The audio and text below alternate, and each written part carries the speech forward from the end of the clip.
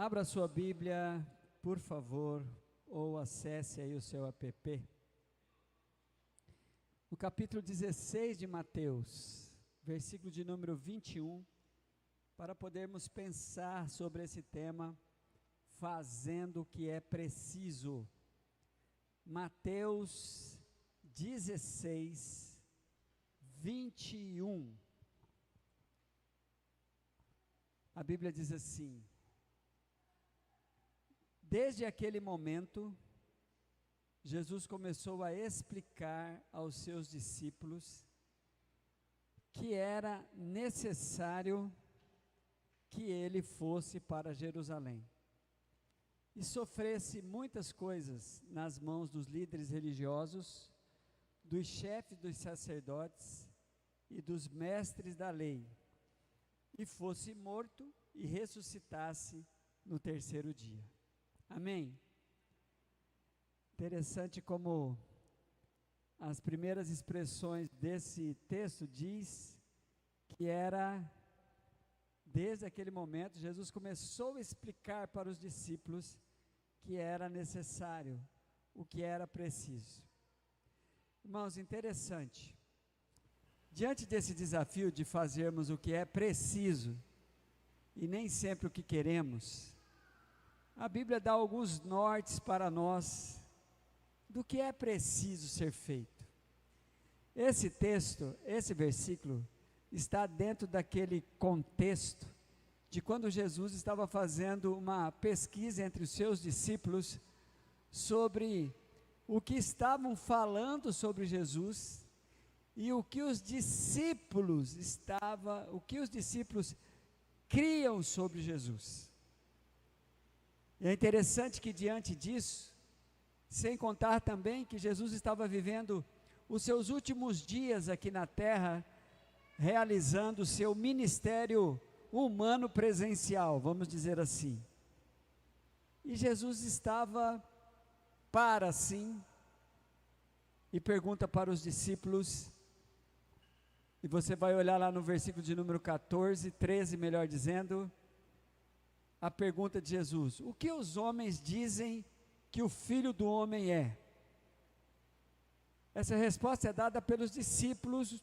Olha, alguns estão dizendo que o Senhor é João Batista, outros estão dizendo que o Senhor é Elias, e ainda outros, Jeremias, ou um dos profetas. É interessante, irmãos, como a crendice popular cria, assim, lendas, e fantasias interessantes. A presença de Jeremias aqui, como sendo a possibilidade de Jeremias, é uma crendice assim. Elias, já havia uma lenda que Elias haveria de voltar, então João Batista foi confundido com Elias. Até hoje existe uma crença de que Elias está por aí, dentro do folclore judaico. Mas Jesus, ao ouvir isso, sabe que o povo tem muita coisa assim, quando não se para estudar, quando não se para prescrutar o que é a verdade, cada um pensa uma coisa. E vocês sabiam que nós fazemos isso? Nós criamos algumas coisas que são só nossas. Tem algumas opiniões que você tem sobre alguns temas, ou sobre algumas situações, que você precisa passar essa sua opinião pelo crivo bíblico, pelo o que a Bíblia diz sobre isso. A Bíblia não fala sobre todos os assuntos, irmãos, mas a Bíblia dá norte sobre as coisas principais que nós precisamos saber. Então, é preciso conhecer a palavra, é preciso conhecer a Bíblia, para que nós não fiquemos à mercê de crendices, ou de suposições, ou do primeiro pensamento que vem à minha cabeça, diante de um momento que eu tenho que dar uma opinião, ou criar um conceito. Deixa eu dizer uma possibilidade aqui para vocês. Jesus falou no capítulo 15 de Mateus, no versículo de número 19, quando ele vai falar das coisas que contaminam o homem, ele diz assim, que as primeiras coisas que aparecem na mente do homem é maus pensamentos. Então tome muito cuidado, que a nossa primeira reação diante de alguma coisa surpreendente que eu preciso me posicionar, na maioria das vezes, raríssimas vezes, não é um mau pensamento. Então é preciso peneirar o mau pensamento, é preciso saber disso. A sua reação diante de algo é um mau pensamento, e é isso que vai contaminar a gente. Então é preciso colocar o que pensamos, o que sentimos, as nossas suposições, é preciso colocar debaixo da orientação da palavra de Deus. Mas Jesus continua: e vocês? Pergunta para os discípulos. Eu quero saber de vocês, quem vocês dizem que eu sou? Como eu fiquei pensando assim, falei assim, se Pedro ficasse calado, que eu gostaria de ouvir os outros discípulos. O que será que tinha na cabeça dos outros discípulos? Mas num grupo que tinha Pedro, era muito difícil não conhecer o pensamento que não fosse primeiro de Pedro. Mas Pedro dessa vez arrebenta, irmãos. Pedro diz assim: tu és o Cristo, o Filho do Deus vivo. E no exato momento, Jesus elogia Pedro. Respondeu Jesus: feliz é você, Simão, filho de Jonas, porque isso não lhes foi revelado por carne ou sangue, mas por meu Pai que está nos céus. Pedro, irmãos, teve um rompante espiritual ali. Quando ele abriu a boca, ele falou algo exatamente que vinha do coração de Deus, e uma revelação de Deus. Então os discípulos se posicionam, Jesus deixa bem claro que é muito bom saber o que passa, é preciso saber o que passa na cabeça das pessoas, mas é preciso saber o que passa na sua cabeça, no seu coração, sobre temas cruciais, ou coisas que você precisa se posicionar. E quando eu olho para essas revelações aqui, essas declarações da Bíblia, uma das primeiras coisas que é preciso, é não ficar com a crendice de que a voz do povo é a voz de Deus. A voz do povo, irmãos, nunca foi a voz de Deus na Bíblia. Esse é um ditado popular que não tem base bíblica, não é? O que o povo dizia sobre Jesus? A doideira, ele é Jeremias, ele é Elias, ele é João Batista, ele é menos quem ele era. Mas os seus discípulos precisam saber quem é Jesus. Os seus discípulos precisam declarar quem é Jesus. Uma declaração que, em cima dessa declaração de Pedro, Jesus afirmou que ele iria construir a sua igreja. Não é em cima de Pedro, tá, irmãos? Quando Pedro fala assim, tu és o Cristo, o Filho do Deus vivo, Jesus fala, muito bem, Pedro, sobre esta pedra, sobre o que você falou. Quem é a pedra? A pedra é Jesus. A pedra angular é Jesus. A pedra que foi rejeitada é Jesus. Não há nenhuma base bíblica para afirmar que a pedra era Pedro, apesar de esse nome Pedro ter o significado de pedrinha. Mas a pedra, a declaração que Pedro faz é o que a igreja foi construída em cima da pedra, que é Cristo Jesus, o Filho do Deus vivo. Amém? Que não haja nenhuma confusão sobre essa. E essa igreja que foi construída sobre esta pedra, jamais terá suas portas fechadas pelo inferno, e as portas do inferno não prevalecerão contra a igreja. Ainda que a igreja, em uma posição passiva nos tempos em que vivemos, fica na expectativa das portas do inferno vir até ela. Aí ela destrói. Não, somos nós que precisamos avançar em direção das portas do inferno para que ela não prevaleça. Então a Bíblia deixa bem claro aí que Jesus elogia Pedro, diz para ele: muito bem, Pedro, não foi a carne nem o sangue que te revelou, mas o próprio Deus que fez isso. E ele deixa claro como a igreja é capacitada para vencer as hostes espirituais da maldade.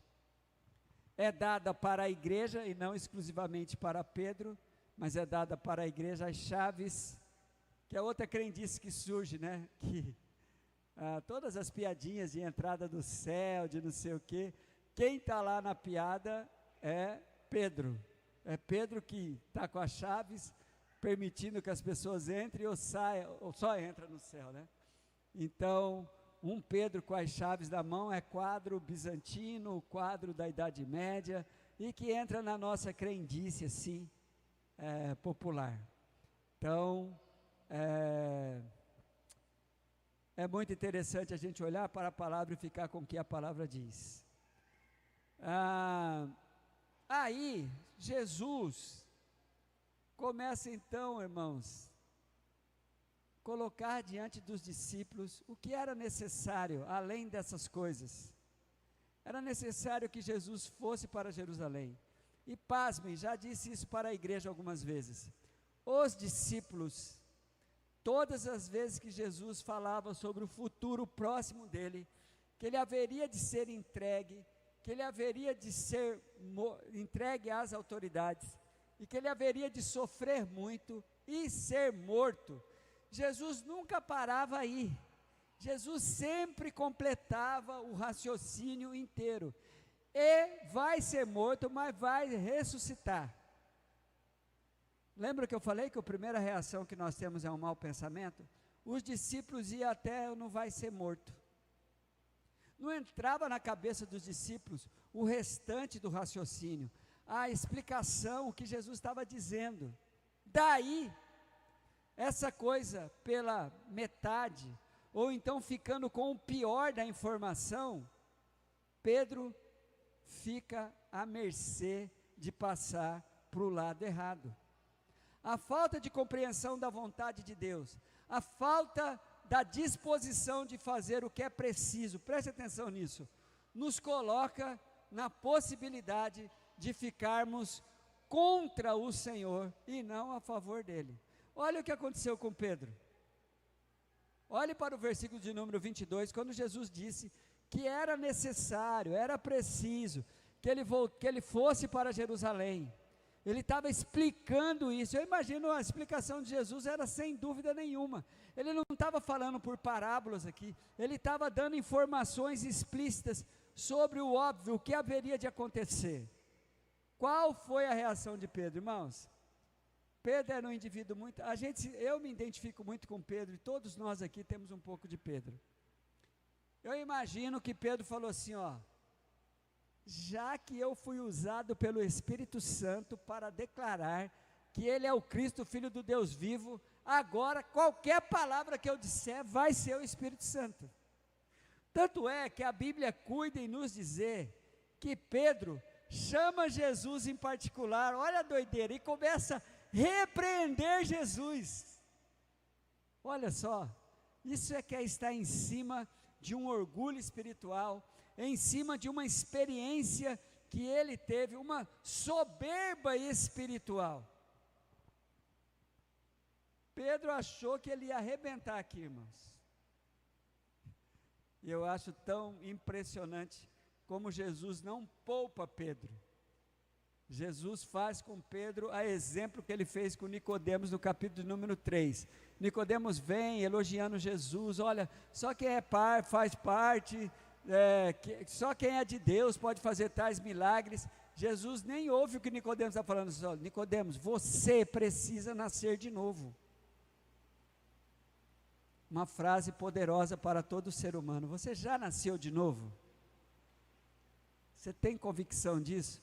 Mas voltemos aqui, Então Pedro, chamando à parte, começou a repreendê-lo, dizendo: nunca, Senhor, isso nunca, nunca te acontecerá. Outra coisa, irmãos, pitoresca sobre os discípulos, e que eu gostaria de compartilhar com vocês, que você tomasse cuidado com isso. Meu Deus do céu, o discipulado feito com Jesus, era com Jesus, e os discípulos, todas as vezes que precisavam se posicionar, diante do que eles haviam aprendido com Cristo, eles não faziam do jeito que Cristo ensinou. Irmãos, isso é um alerta para nós, sabe? Isso é um alerta para nós. Eu fico olhando para a Bíblia assim, fico pedindo para Deus: Deus, me capacita a fazer o que a tua palavra diz, porque a tentação de ir pelo meu coração, o que eu estou sentindo, o que eu acho, o que é muito grande. Mas o que será que a Bíblia diz sobre isso? Quando Shirley e o André escolheram a música Agradeço aqui, essa música de gratidão, eu estava me lembrando de uma prática minha de vez em quando. Eu sou responsável em lavar a louça lá de casa, no combinado entre eu e a Sandra, né? Eu não gosto de fazer isso, irmãos, mas é um combinado, eu acho justo fazer isso. Aí de vez em quando, eu começo a ter os raciocínios assim, começo a cantar essa música, né? Com a motivação: eu não posso achar ruim de estar lavando esses pratos, essas panelas, porque teve comida aqui, eu só estou lavando porque tinha comida aqui, não é? Então eu começo a agradecer pela comida que eu comi, assim, lavando aquilo, lavando os pratos, lavando as panelas ali. E eu amo na quarta-feira, que é o dia que a senhora vai fazer a faxina lá em casa, né? E é o dia que a Sandra faz as comidas mais doidas, assim, um monte de panela. Eu falei: graças a Deus que a dona Lídia está aqui. Porque uns panelão, irmãos, ontem mesmo parecia que todas as panelas da casa desceu para a cozinha. Eu falei: ainda bem que era a dona Lídia. Aí, mas a gratidão, o raciocínio assim, sabe? Porque a vontade é de não fazê-lo, porém, a gratidão de poder estar fazendo algo que é saudável para ambos, a gratidão porque ali naquela panela, eu faço isso, de vez em quando eu canto, não é todo dia não, tá? Tem dia que vai na força do ódio mesmo, sem música nenhuma, mas tem dia que eu canto, tem dia que eu, não vou dar aqui uma de crentão fariseu, né? Mas tem dia assim que isso me motiva, principalmente quando a dona... Então, gente, é impressionante isso. Então preste atenção, a nossa disposição de ir pelo nosso coração, é uma coisa... Pedro aqui, Pedro achava que estava acertando, agora olhe para o versículo de número 23, irmãos, que balde de água fria, que coisa terrível usar isso. Jesus virou-se e disse a Pedro, eu creio que isso aqui foi uma conversa particular, lembra que Pedro chamou Jesus em particular, estava repreendendo Jesus em particular, senão Pedro ia ser muito exposto aqui naquele momento, acabou sendo exposto pelos escritores bíblicos. Jesus virou e disse a Pedro: para trás de mim, Satanás, misericórdia, você é uma pedra. Olha aqui, como é que Jesus ia construir a igreja em cima dessa pedra? Você é uma pedra de tropeço para mim, e não pensa nas coisas de Deus, mas nas coisas dos homens. Então, irmãos, é preciso saber que experiências esporádicas que nós temos, até ter sido usado pelo Espírito Santo, não me dá autoridade agora para dizer o que eu acho, o que eu penso, sem ter a palavra de Deus como alicerce. Por quê? Porque eu corro o risco de ficar do lado errado. A soberba pode tomar conta do meu coração, a falta de discernimento é uma realidade. Então Jesus quer que saibamos disso. É preciso saber que de vez em quando estamos do lado errado. a gente pode deixar de ser uma pedra viva. A Bíblia nos chama lá em 1 Pedro 2,5, que nós somos pedras vivas. Deixamos de ser pedras vivas para ser pedra de tropeço. Isso é um perigo. Vigie nisso. Não fique procurando as pedras de tropeço. Veja em você mesmo a possibilidade de você, esporadicamente, ou de vez em quando, ou sempre, ser uma pedra de tropeço. E a pedra de tropeço nos faz, então, atender às expectativas dos homens e não de Deus. Ser pedra de tropeço é estar disposto a fazer o que dá certo, mas não o que está certo. Olha, parece um trocadilho, né? Mas é algo que pode chamar a atenção. Nem tudo que dá certo está certo. Ser pedra de tropeço é estar disposto a isso.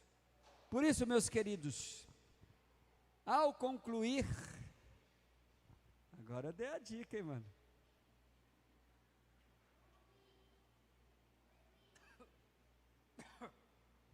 Reclamaram quando não deu. Pastor, você não deu não a deixa, a gente ficou lá, curtindo a mensagem, fingindo que estava gostando. Então, diante disso, irmãos, é muito bom saber. Ao continuar esse texto, é preciso, diante dessas revelações, tomar uma decisão. A decisão está no versículo de número 24. Jesus, então, depois que diz isso, ele diz aos seus discípulos: se alguém quiser me acompanhar, vai ter que ser assim, fazendo o que é preciso e não o que você quer. E o que é preciso, irmãos? Negar a si mesmo. Irmãos, eu dei várias dicas aqui para nós negarmos a nós mesmos. Tome cuidado, tá, com as suas certezas, com as suas convicções, com as suas razões. Tome cuidado com o seu achismo. Negar a si mesmo é colocar-se debaixo do crivo da palavra. Quem tem que dizer é Deus e não o que eu acho, é a palavra de Deus. Negar a si mesmo, tomar a sua cruz. O que é tomar a cruz? Pegar as consequências pesadas do seu passado e, apesar delas, você seguir a Jesus. E saiba, cada um de nós temos a nossa. A cruz não é opcional. A opção está em seguir a Cristo ou não. É preciso então tomar essa decisão de querer, se alguém quiser, negar a si mesmo, tem que negar a si mesmo, tem que pegar a responsabilidade da sua história, dos seus erros, das suas decisões, e a despeito dela, ser radical nisso, seguir a Jesus. É preciso seguir a Jesus.